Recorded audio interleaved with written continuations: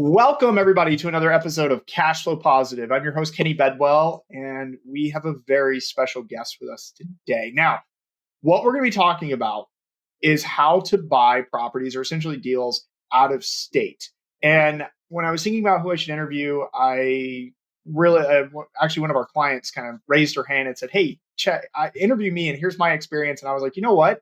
Yes, because she's bought in places where it snows a ton in Maine, Newry, Maine, or Bethel, Maine, and all the way in sunny Florida. And she lives in Chicago.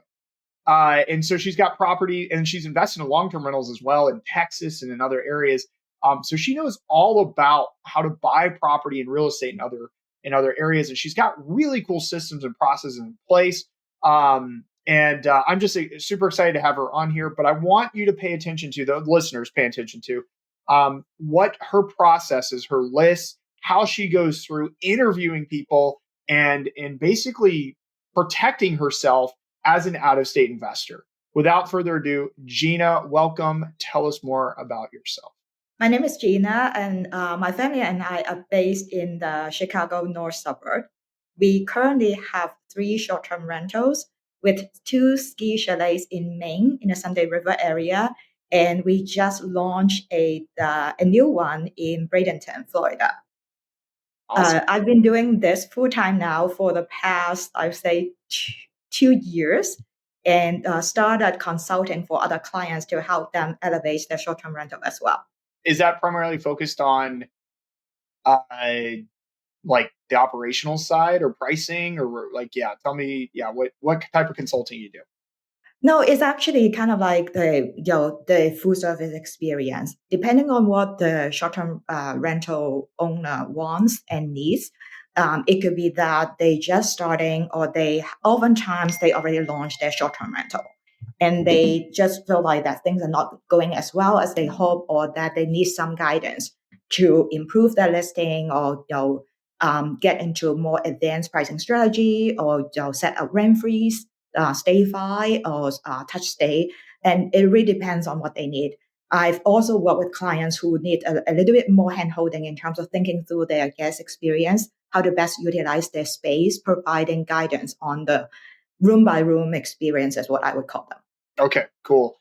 And is that what you do full time, as well as managing your STRs, or what's your? Yes. Okay, gotcha. Yes, we self-manage, and we have been, obviously we started with long-term rentals, and we are slowly moving away from long-term rentals to focus on short-term rentals. I self-manage our own family portfolio full-time and helping other clients right now. What would you say? So it's really interesting. I didn't know that about you. So what would you say, like, the biggest struggle you're seeing people are making right now with your consulting clients? I would say that the reason why I should take a step back and share like why I decided to share, to start consulting and kind of like being a coach, is because after I quit my full-time job in a corporate world, I started managing our own rentals, and obviously we made a lot of mistakes ourselves and learned it the hard way.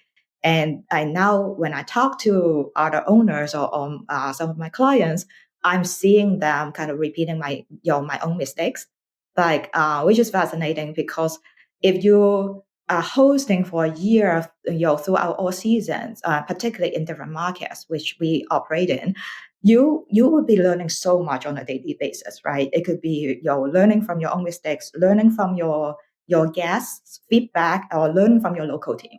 So I think it's just that people have their own strengths and weaknesses. So they will, guarantee they are going to run into different challenges. And I like to share what I've learned. And I also work with designers, photographers, and all those. And I'm learning a lot from them as well, which I'm sharing with my clients right now. Awesome. Okay. Yeah, that's so you kind of look at, so how do you approach it when someone says, "Hey, Jeana, I'm not getting the bookings I should be getting." How do you approach, like, diagnose their situation and say, and pinpoint, this is the problem?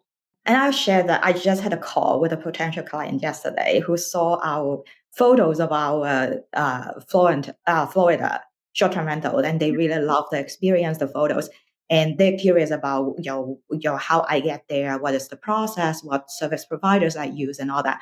And I asked for their Airbnb listing, and I just look at that, flip through all the photos. I think, it is very obvious now that I've been hosting for 3 years now. I look at some of the listing, and many out there is like they really undermarket their property. Like Mm-hmm. the property has so much potential. Like I will be scrolling at the beginning, I was like, I'm not even impressed by the first 5 photos. It looks so average. And then I get to the end, I was like, oh, you have an amazing backyard. This, Yeah. this 5 feet is amazing, and your coastal is like, the listing doesn't reflect any of that. Mm-hmm. And on top of that, you may be seeing that, oh, they have been using a property management company, and like I'm just shocked when I realize how much they're paying the property management company, but then how the listing is looking. Like it's really, and then when I dive into their numbers, ask them basic questions about their expense ratio, their gross revenue. There's no way you can cash flow well with the current setup. So there's just a lot lower hanging fruits that they can address. Yeah, for sure. I think that's a really good point.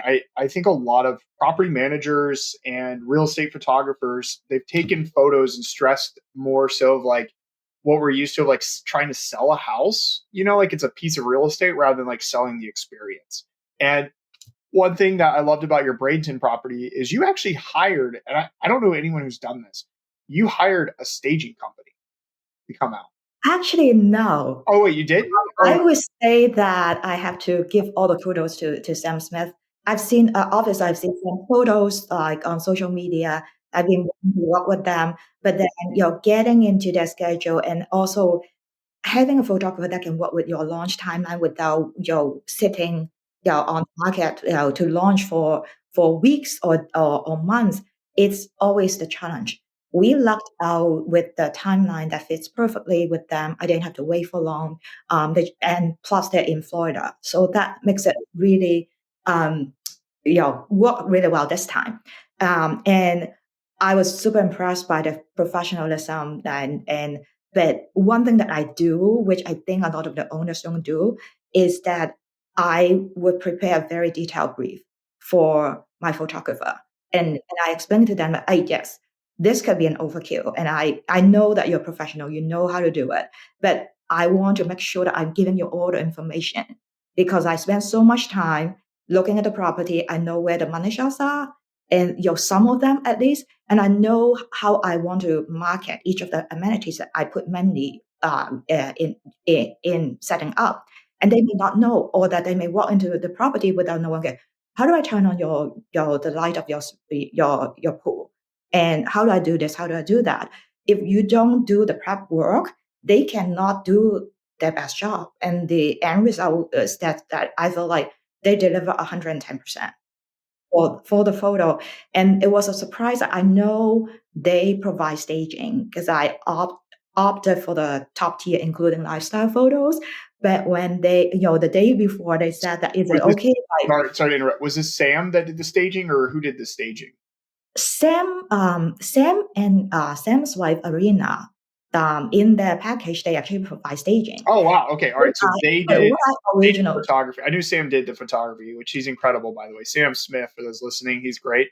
And then or I guess him and his wife did the staging part, which it was awesome. So anyway, right? continue on. But Continue but, on. the bonus Yeah. this time is that the day before they arrived, because I had to leave that day, and I got a message from Marina saying that, "Hey Gina, is it okay if we bring a professional stager with us? She's from Orlando, and plus she has 2 other children that are with her, so."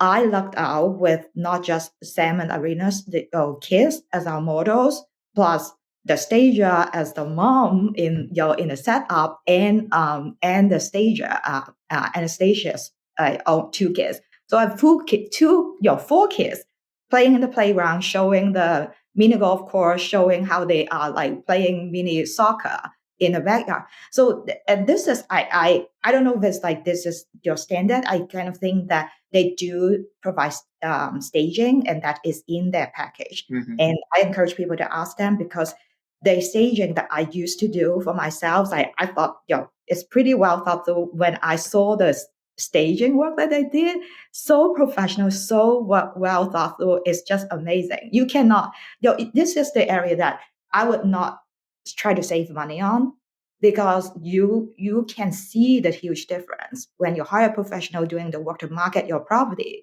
that you spend a lot of money on, versus you trying to save money and doing your own work. Right. Yeah. Yeah. It's incredible all the different types of shots they got to. I need to post the your property link for the Bradenton one in the show notes so people can see what we're talking about. But like there was staged, like even though the one that I kind of just chuckled was like the lemonade one, with the pink lemonade. Like it was literally like they had a pitcher of pink lemonade, a glass, and it had like I think it had a lemon on it or something, but it was like shot through like by the chair to the pool. It was kind of like perfect, but it was one of those like little things that most people wouldn't have thought of, and it just really elevated, what was going on there. So Yeah. anyway, And yeah, that's one more tip is that so I have to give kudos to my designer, Becky Jones, mhm, right? So Becky did, this is a refresh because we bought a property that was already like, operating as a short-term rental. But when, and kudos to Rachel on your team who helped me find, recommended this market and also the property. And she and I look at it and say, oh, there is so much potential because they have a good property, but they're not like operating at a high level. mhm, The thing is that when you work with a professional designer like Becky, she shared with me just like the initial Canva, and we talk about the color scheme and all that. And eventually, before I have photos or video to show them Sam and Arena, I just share with them the Canva presentation to mhm, give them a heads up. This is the color scheme. This is the experience that we are creating, and they can already plan ahead to think about, okay, how are they going to stage it, and the color count, the um the thought they put in to integrate with our color scheme, it is like so on point. It's right. amazing. That is 99% of short-term rental investors do not do what you just said. So it's like just prep work, and it's crazy because we are in a business, we're technically in a marketing business. I think people forget that like we have to show off the experience of the property, not just the property. And people are so like, oh, we'll just let the photographer take the shots and then I'll list it on Airbnb. But it's like, it's so much more than that.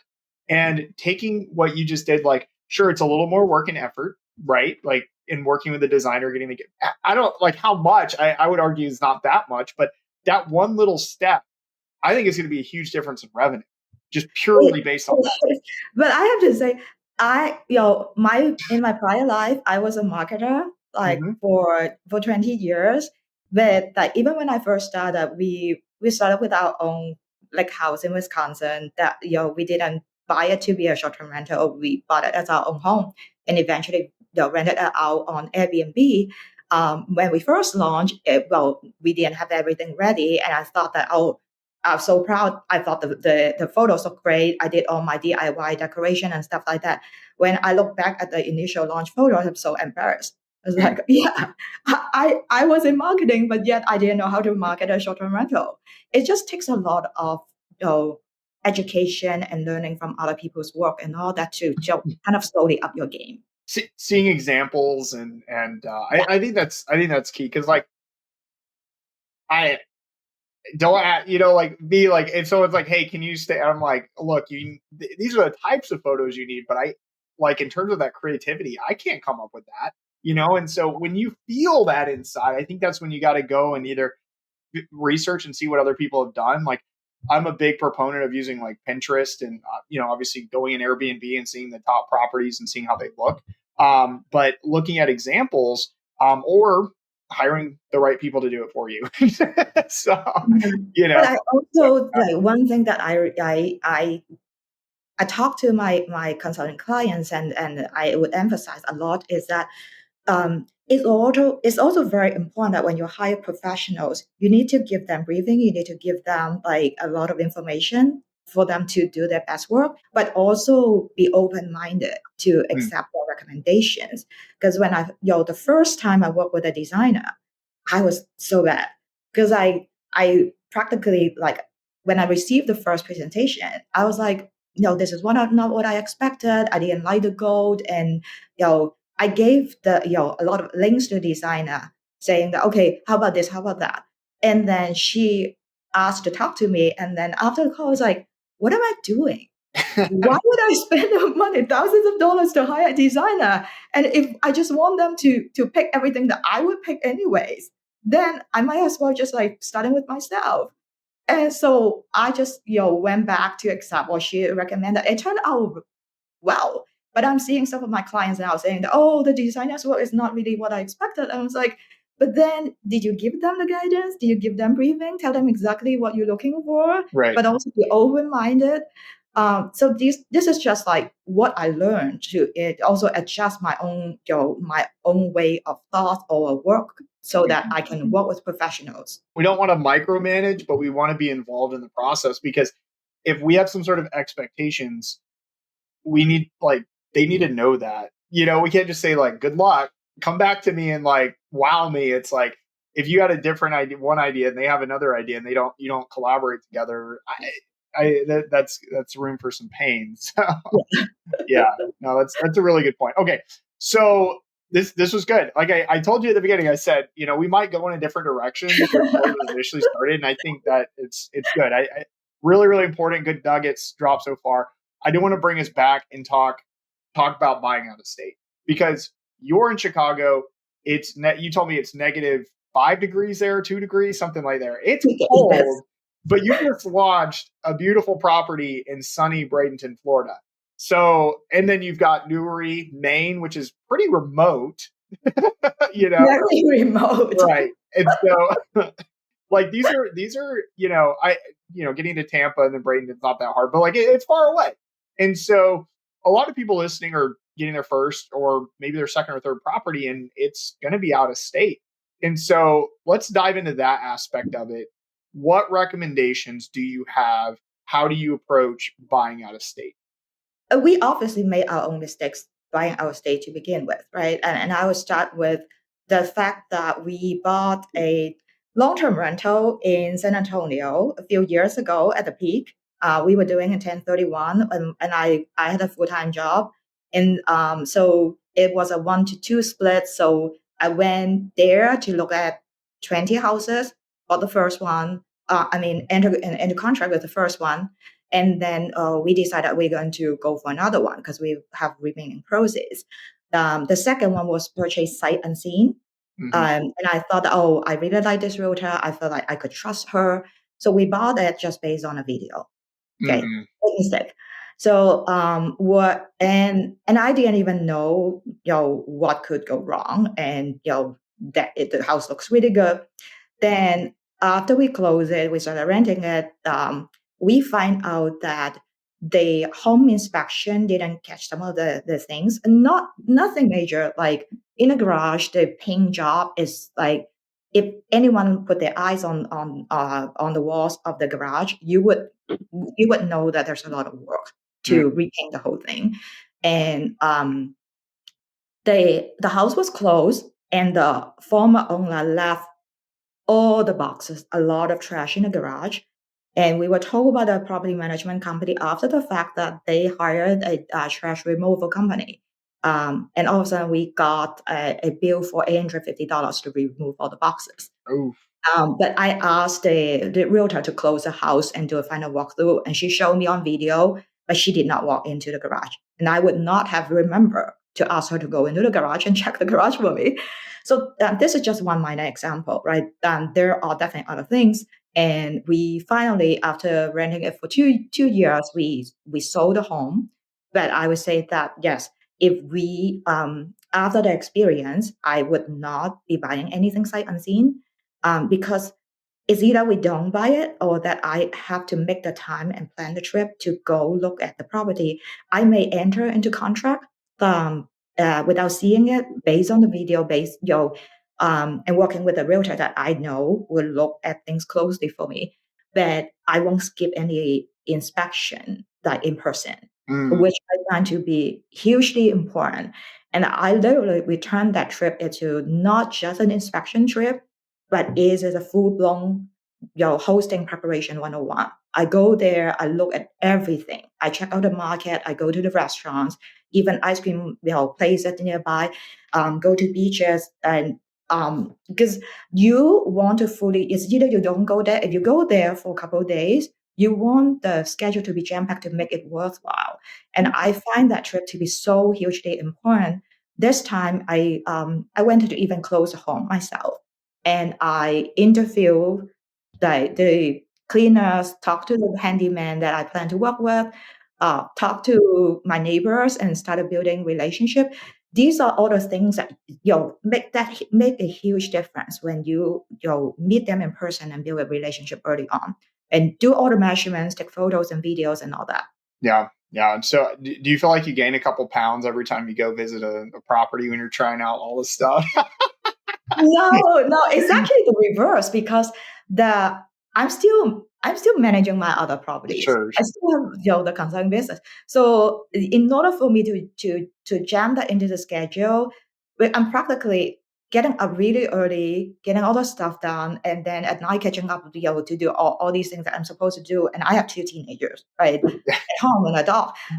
So I no, not at all. And I eat like a cow and I still don't gain weight. It's just my Asian gene. Yeah, there you go. Hey, lucky you. Yeah, I love that though, that recommendation. Every time I go and visit some of my properties in different areas, I always try to go like try a new restaurant or whatever that's nearby so I can give better recommendations, because I'm not there all the time. And yeah, I find some cool spots, but Yeah. it helps spread out, but that's good.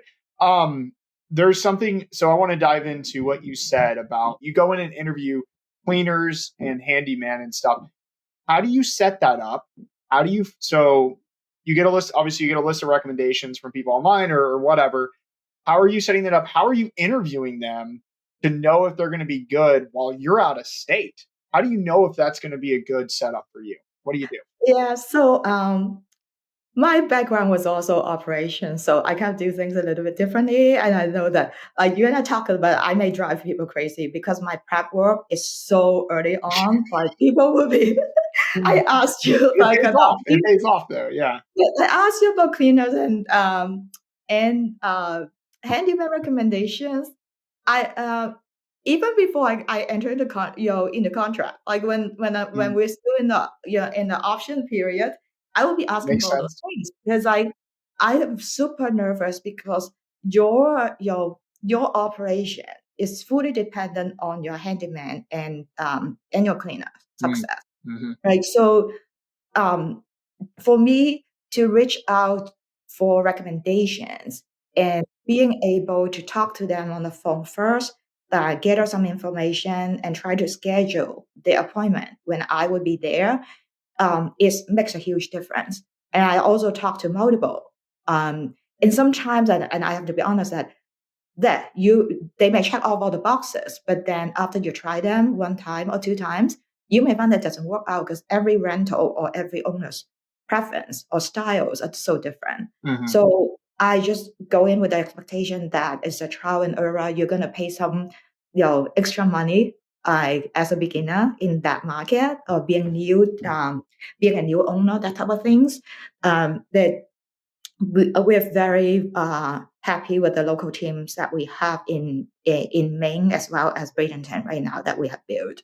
What questions, when you meet with them, what do you ask them? How do you know if they're a good fit for you?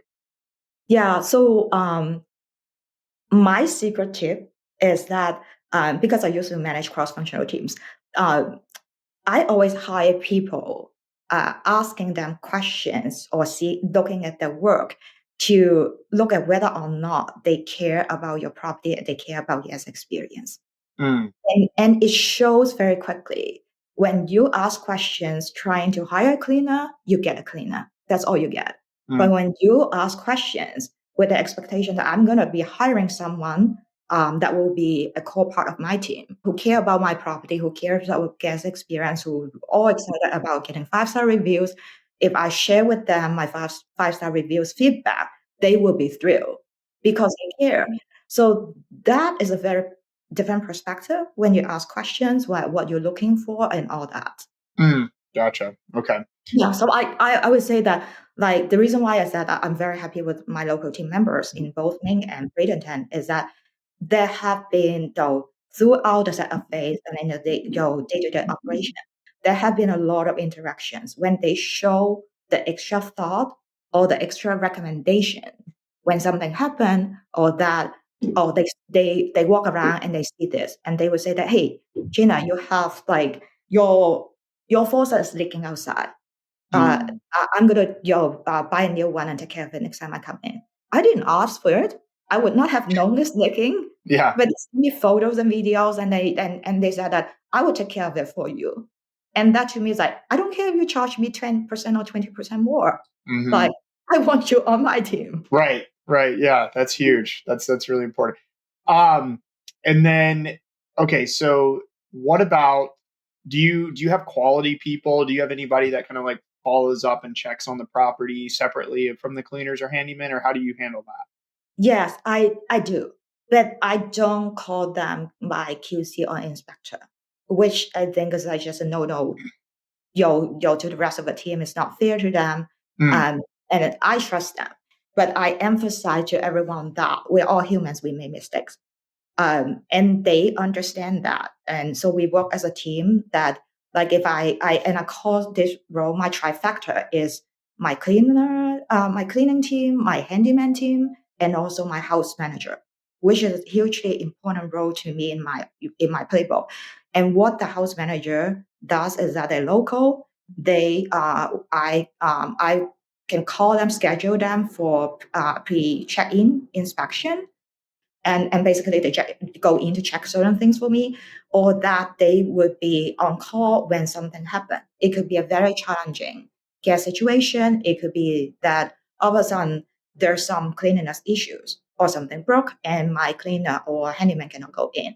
And I need someone to maybe go grab a gift from a local shop in addition to going to take care of the issue. And that is so helpful because that house manager it will become the person who knows my property inside out. And I really cannot know. It doesn't matter how many photos and videos you got from the cleaner. So much that you can see, and there's a lot that you don't see. Right. So I have the house manager who stepped in to help me, and that has been so helpful because I cannot be managing my family and my rentals and my clients if I don't have the eyes and ears locally like that. Right. No, that makes sense. How do you find someone like that, especially in a place like Newry, Maine, which is out in the middle of nowhere? Bethel, Newry. Yeah. um, I think to start with, like, it's not like I knew there's a role like house manager. I can hire someone like this. Yeah. No, it's not. It's just that people talk about inspection, and I look Facebook group, owners Facebook group. I look for recommendations, and then I started talking, and then it kind of turned into kind of like from an inspector to a house manager role that I have modeled into that I highly recommend to any owner out there, particularly if you are managing out of state. And this is now the model that I'm repeating in every market, like how I manage, because it's just that the stress can be so high. Yeah. If you don't have someone local to help handle certain situations. No, that's I agree with that. And then how do you pay somebody like that? It's been that they charge on an hourly basis. Hourly, okay. Which is very helpful because like it could be sometimes it's at odd hours that you need someone if they're available. Yeah. Sometimes it's also they take care of the seasonal maintenance for me too. Like someone to be able to work off my seasonal maintenance checklist and be really carrying the home like it's their own. So it's worth every penny. It's such an important team member. Yeah. No, that makes sense. So you actually have a checklist, it sounds like, for seasonal maintenance and like just checking ins and outs of the property. Yes, we I have a standard template, and that has to be adjusted by market and for the particular home, because every home has different amenities, like different locations. It's just very different. Gotcha. And honestly, like Bradenton is just launched. Like I'm learning all these things about pool maintenance, like for the first time. And the bugs in Florida. There's just a lot of things that I am learning from my house manager and my local team right now. I'm incorporating into that checklist. Okay. Cool. Cool. Cool. All right. I want to move from the teams aspect and one point on here too. I know you mentioned this um, earlier before we started, investing in amenities wisely. So let's transition to Mhm. that. So what does that mean for an out of state investor? How do you invest in amenities wisely? So I would start with that. It is challenging because the competition is so keen and the bar kept on being raised as like more experienced operators enter the market. New remain used to be easier, but now it's a lot more competitive. Like people are very smart. So to decide where to put your money, obviously we need to do a lot of research work into the market, in your DNA and all that, and look at your competitors, your top competitors, what they have to offer. But that you talk a lot about guest avatar is absolutely true. Like what is important to delight your guests. So you start from there. But there's one thing that I've noticed that I think I would emphasize is that the upfront cost of that amenity, as well as the ongoing maintenance, or that the ongoing headaches that amenity may bring you. All these need to be factored in, and then you crunch the numbers. How do you generate a good ROI, and how you market it? And some of the managers are invested in, but then people are not really staging or fully marketing it. But I also like you have limited budget. Like now, as I think about adding amenities, I have to be really thoughtful. I have to think about that. How am I going to market it if I add another amenity? Like how much is it? Like, is it going to up my ADR? Get more 5-star reviews and improve occupancy? So it is a hard question. But I would say I love what Rachel said to me as a reminder, because in the Braden home, I had to make a decision whether to invest a good amount into building a mini golf course. Uh, Pavers and all that, we don't want to do. It is like it becomes part of the backyard. So I don't want it to look cheap. I want it to. It's either you don't do something or do it so that it's affordable. And it's not an inexpensive, or insignificant cost. So Rachel and I talked about it for sure. I did my research. I ping people in the industry who's built these things before. I kind of get a ballpark, so I know kind of what the range would be. And Rachel said to me, like, you really have to think about how much maximum you want to put in one single amenity. Well, it makes sense. Eventually, we decided to go with it because it fit into my budget, and I have a very good idea how that fit into the entire experience. But I also talked to vendors and other owners as well. And I know that it's going to be low maintenance, and I know that the kids will love it, and it goes very well with the swimming pool that we have and all that. But if this will cost me 50 grand, like as the whole set up, I would walk away. Yeah. Like No this kidding. is Yeah. not even to Yeah. generate an ROI for me, that type of things. But sometimes it's a hard decision, right? Particularly if it's something that you want to be the first to have this amenity, but it's not proven. You don't know all the headaches, you don't know all the maintenance costs yet. So when in doubt, I don't do it because I don't want to regret. And it's not something that you can easily get rid of once you put it in. Yeah, that's a good point. Yeah. I think I'm seeing too many people. I call it shotgunning amenities, where they like spray and pray, meaning like they just like get a ton of stuff and they're hoping that like this is what does it that gets them across the finish line. I had a conversation with a guy on social media. He put a pickleball court on the side of a mountain in the Smokies, Mhm. and I mean it's a nice pickleball court. He spent $40,000. There's no fence around it. If you lose the ball, it goes off the side of the mountain. Like, we're like, what? And he's like, well, I didn't, it's too expensive to put up a fence, but like we're going to wait and see what happens. And I'm like, this is like, this is a terrible idea. Like you could have But spent that on something else that was maybe a little more targeted to your right I would guest. But I would be very yeah. concerned about safety because Oh yeah, like 100%. we were lucky because the former owner already poured the concrete. What we did is just to turn a really ugly green looking pickleball court into like a sexy blue and pink. Yeah. Uh, but I did the research and I learned that you need to make sure that you have enough space around the court for Hmm. safety and all that. So there are a lot of things to factor in when you invest in a basketball hoop. You need to know the distance from Hmm. from the power line and all that. So these are the things that I know that there's so much information in Facebook groups and when you just Google it and learn from other experts. But this is the prep work that you cannot skip Right. before you order something or you think that it's going to do well for your rental. It doesn't necessarily work for your rental. Right. Right. Yeah. I think the safety, that's a whole nother can of worms to open up later. But the safety element is something that people just don't think about. I see a lot of people adding like rock wall, like climbing walls into their Mhm. properties. And I'm like,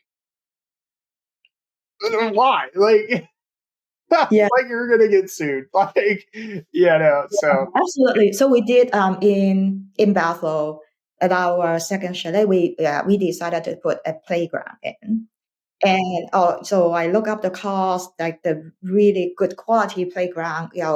Kid, how much it would cost.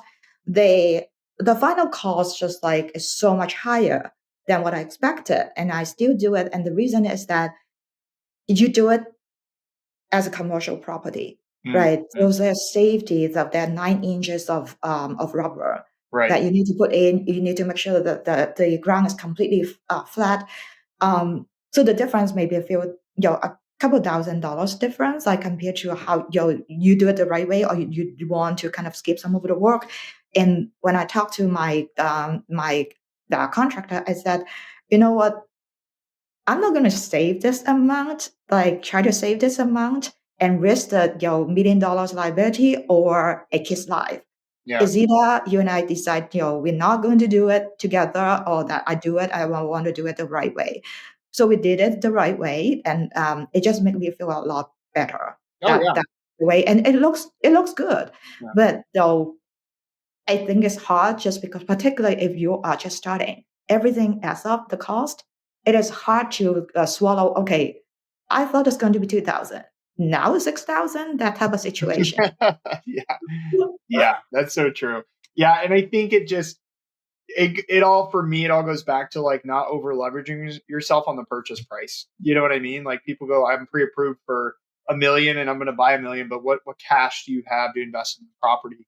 Because if you don't have that kind of cash to invest into the property and do those things, sure, Mhm. you can buy the $1 million property, but you're not going to be able to compete, especially with Jeana coming to town. So No, but I think it's also that I would say that I still stick with my budget. yeah, Even though it's a family business and my husband's very hands off, he has his own job, but I feel like I'm very responsible for the job, for the family savings, for our retirement savings, and our kids' lives, right. basically Mhm. education. So I, no matter what we do, I still need to make sure that it's within that range, plus or minus. You have a kind of small margin, Mhm. but don't overspend because you can easily give yourself excuses. Oh, it's going to do really well if I add a pickleball court. It's going to generate a lot more. It's like, no, but you don't want to be over budget by 50K. Right. Right. Yeah. No, that's fair. Yeah. And there's holding costs and there's all these other things too. So people need to have like kind of a safety net as well. So, but anyway. Well, Jeana, as we're kind of wrapping up here, first off, I appreciate you being on here and sharing everything. There's lots of really good insights, and I'm glad. I'm glad you were able to hop on here and share. For people who are interested in maybe your consulting services, how do people get in touch with you? Yeah, I have a website, savvybreezy.com. People can look me up and check out some of the the insights there, tips for hosting, and also schedule a discovery call with me. Say that one more time. Savvy what? Breezy. Breezy's BEE. Savvy, SAVVLSAVVY. I don't know how to spell all of that. Breezy, BREEZY.com. Yep. Okay. I just want to make sure this is it. For those, because we have people watch this on YouTube and they can see savvybreezy.com. Is that the right link? That is the I'll look right it link. up. All right. If it's wrong, we'll have to like edit that, but no, it's okay. Savvybreezy.com if you're interested in talking to Jeana. Man, I honestly, like, you should just talk to Jeana for those lists. You should sell those lists of the checklists and everything. Those are valuable, and I'm sure people are. Those are headaches to make. So Yeah, I would say that no, I actually give that checklist away that's to awesome. share it with a lot of owners. That part is like you can Google it and all that. There's so much out there, right? But it's like all these things about okay, how do you really manage your local team to Yep. help you manage the checklist, and are you diligently doing it or just have the checklist sitting there? All these things are very important. Yeah. No, I love it. I love it. I love it. All right, Jeana, last question for you as we're wrapping up here and concluding. What is one recommendation you have for people to cash flow positive on the short term? So you've already given a lot, but what's one more? Yes. I think there's one thing that I plan to talk to you more about, but I kind of like touch on that. Home inspection, attending home inspection in person. Mm-hmm. It is hugely important because when you can speak to the inspectors directly to talk about certain issues, it just helps your negotiation so much better. Mm-hmm. And also never skip any additional inspection. Like swimming pool, I don't care if it's frozen right now. You have to figure out how to protect yourselves Yep. because you never know what will happen. Even if they show you the record that they did an inspection before, what happened between when they did the inspection to the time you own the home. So termite and all that, you and I talked about it. Like, so make sure that you are helping yourself to not skip any of the inspection work and try to attend the inspection in person as much as possible. Yeah, that's really, really good advice. Can't tell you how many times people have skipped the swimming pool or, they said one thing too, I mean, plumbing or electrical, something shut off at the property and people are like, oh, well, the inspector wasn't able to check it out. And you're like, well, what if it's broken? What if there's a problem with it? That could be a $50,000 bill. You ready to front that? And they're like, oh, no. Then I'm like, well, then you need to get it turned on or figured out because this is huge, So, I know. I think you and I can relate to this. It's like I was just counting before hopping on this call. We over the years we probably purchased like about 7 properties, right? Every property's home inspection is very different. But I also said to be fair, the licensed home inspectors, they're human beings. mhm. They miss certain things? Absolutely. So I like to be there to look at things, and I also want to share photos with other professionals, like the friends that I have, because they catch something just looking at the 0 photos that I didn't catch. That type of things, just to try to blast all your friends, try to get all the help that you have when you're thinking about buying a property. Yeah. I love that. I love that. Thank you so much. Well, Jeana, thank you so much for being on here. I appreciate all the nuggets and information you shared. And thank you everybody for listening. I know you should have found some value in this. This was a really good one. Lots of good nuggets. And if you're interested in talking to Jeana, reach out to her. Go to savvybreezy.com. Thanks everybody for listening. I hope you enjoyed this episode, and I'll see you on the next one at Cash Flow Positive. Thank you for having me.